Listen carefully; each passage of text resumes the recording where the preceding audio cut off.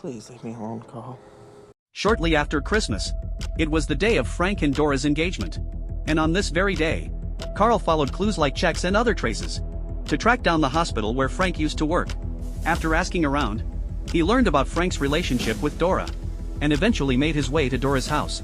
To avoid tipping Frank off, Carl first approached Dora's father to ask some questions, planning to confirm Frank's location before making an arrest. But Frank spotted him anyway.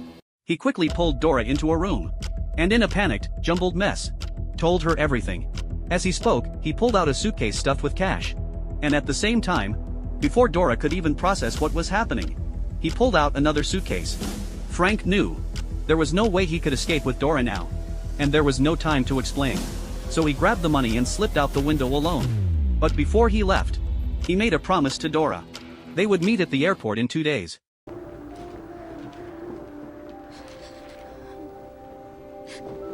Soon enough, the time came. 2 days later, Frank arrived at the airport.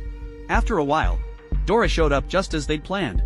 But just as Frank was about to go meet her, he noticed Dora seemed nervous, and strangers were approaching her. What was going on? Had Dora sold him out? Frank hurried back to his car and started carefully scanning his surroundings. Sure enough, he spotted cops everywhere in disguise. The moment he showed his face, he'd be caught. Getting out of here seemed impossible. Impossible for anyone else, that is. But not for Frank. He disguised himself as a pilot once again, and went to a girls' school, claiming he was recruiting 8 flight attendants for his company. Back in those days, being a pilot wasn't the only hot career. Flight attendants were just as sought after. So when they heard the news, everyone was thrilled, and eagerly showed up for the interview. After careful selection, Frank successfully picked out 8 candidates. They were all fair-skinned, gorgeous, and had legs for days. If he couldn't keep a low profile, then he'd go all out. The day after making his picks, Frank walked right into the airport, with all 8 girls by his side.